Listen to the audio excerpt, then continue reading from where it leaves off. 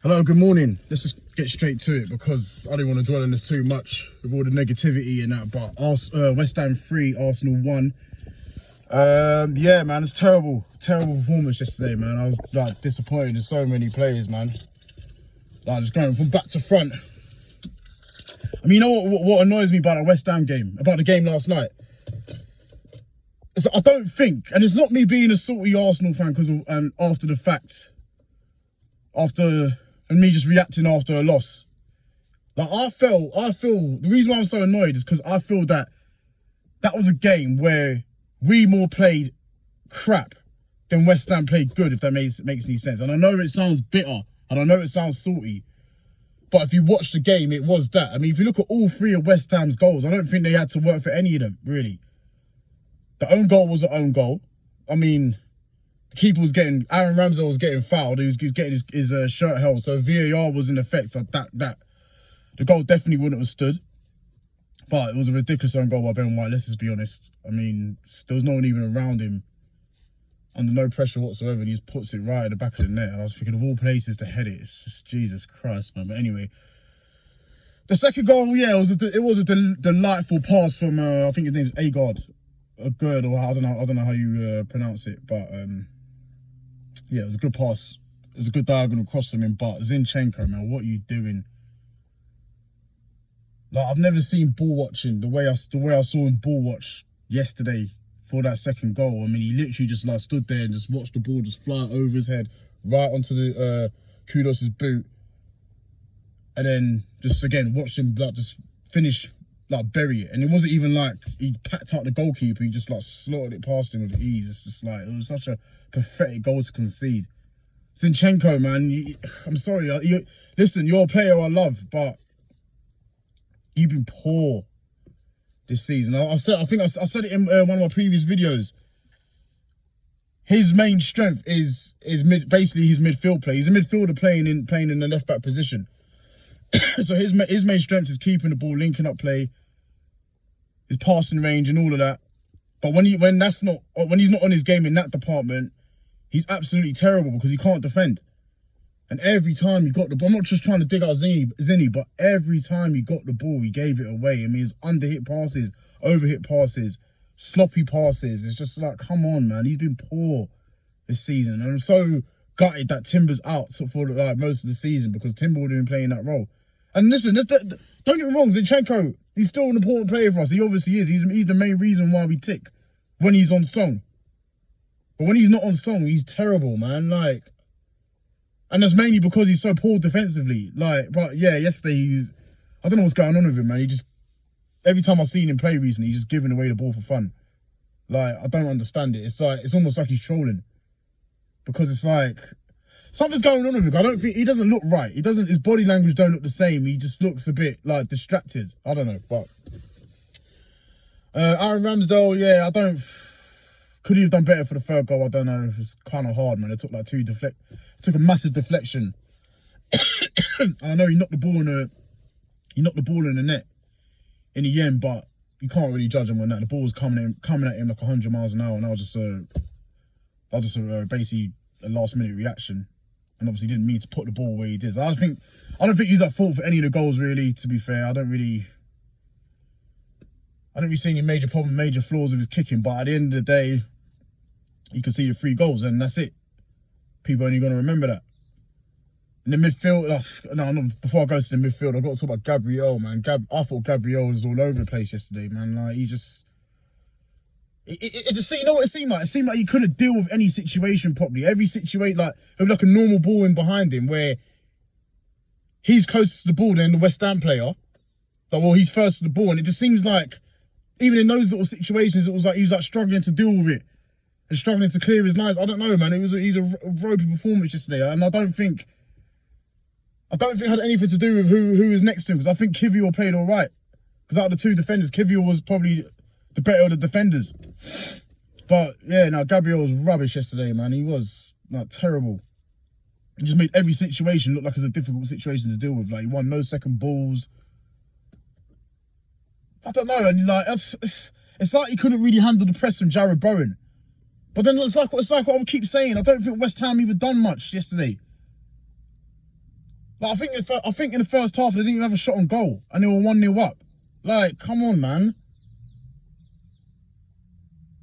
How can you like barely do a thing in a game and just do us 3-1? It's just like Arsenal are the only team where these things can happen against. It's just stupid, man. It's like the midfield. It's just like when Fabio Vieira's in there, I'm not digging him out because he was decent in the first half. I'm not really digging out well, I'm digging out these players, but when Fabio Vieira's in the middle, we just look so lightweight. I'm just like, he gets the ball, he gets pushed off it easily, like he tries to go past a player, like just gets knocked off, like brushed aside, like he's not even there. It's like, I mean, he has good touches and good little things in the game, but that's what he does. It's like, he's a decent player, man. But I just feel the physicality is just like what's happened to Thomas Partey? Like, where has he gone? Like, he's just vanished into thin air.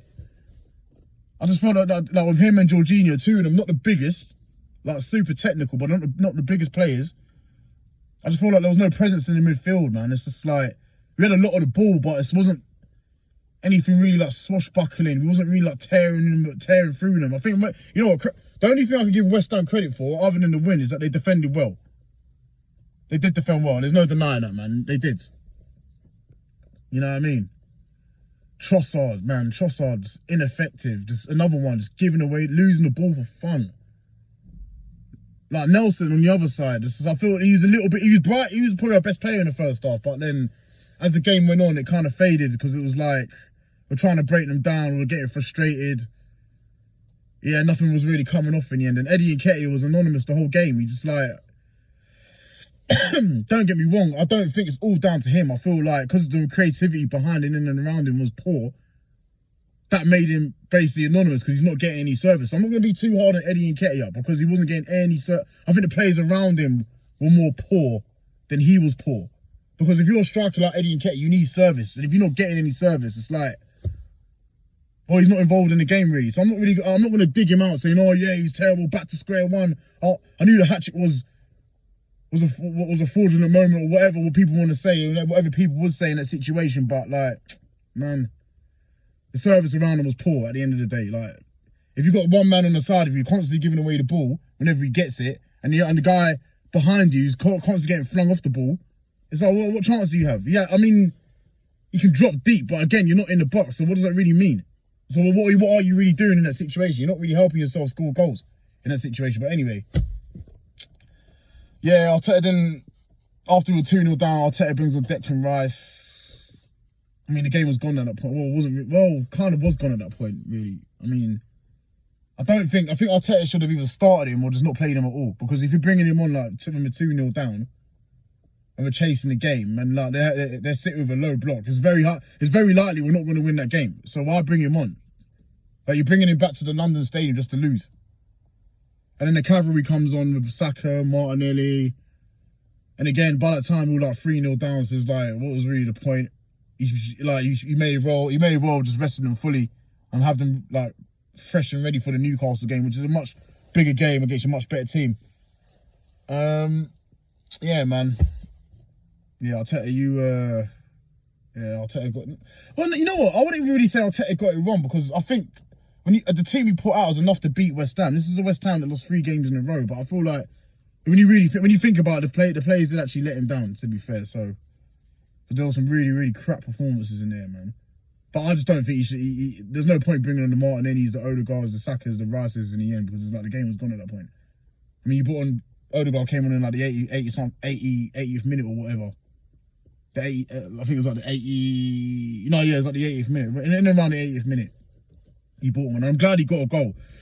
Because I feel like he hasn't really been on form lately, so I feel like he needed that just to boost his confidence a little bit and just to sharpen his boots. So maybe that was probably a good thing before the Newcastle game, you know what I mean? Just to get his confidence flowing again. But yeah, overall, it was just a crap performance, man. And like I said, I don't think West Ham even done really much to win that game. I mean, they didn't like.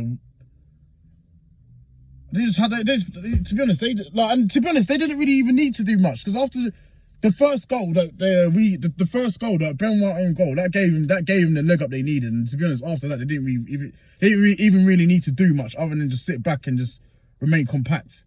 To be fair, so that own goal just changed the whole game because we was way in the ascendancy before that. But as Arsenal do, we just give teams a leg up sometimes, man. I don't know, like, it's just... Yeah, I don't think West Ham done much in that game to win the game other than just defend well, which is, you can probably give them credit for. But a flattering result for them, nonetheless, and I really didn't want to lose some silly little pricks. Like, West Ham was such an irrelevant little, shitty little football club. I don't know, man. Like, I don't mean it now. Shout out. No, I'm not even gonna say big up West Ham. I don't like their fans. I don't like that club. They're not the club that's on the top of my hate list, but yeah, there's some. I think the fans start piping up a little bit too much because they won the Papa John's Trophy of Europe. And now all of a sudden they think there's something when they're really not. I mean, if there was something, Declan Rice would have stayed, wouldn't they? Wouldn't he have? Let's just have it right. No, I don't think. I think reaching the top 4 in the Premier League, I think that's a bigger achievement than winning the Conference League. The Conference League was made for clubs like West Ham to play in Europe. It's not a big trophy. It's not. Like, you call yourself the European champ. You're not European champions. You are a form of European champion. Not like, in my opinion, not even that, in my opinion, because I don't think that cup is even worth anything. But you are a form of European champion. You are not European champions. You will never play in the Champions League.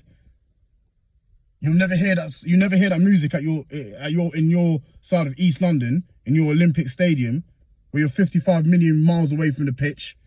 You probably wouldn't even hear the fans probably wouldn't even hear the anthem if it was played at the stadium, because it's so far, because there's so much space and it's so far away. I don't know what I'm talking about, man. Yeah, man. Fuck West Ham.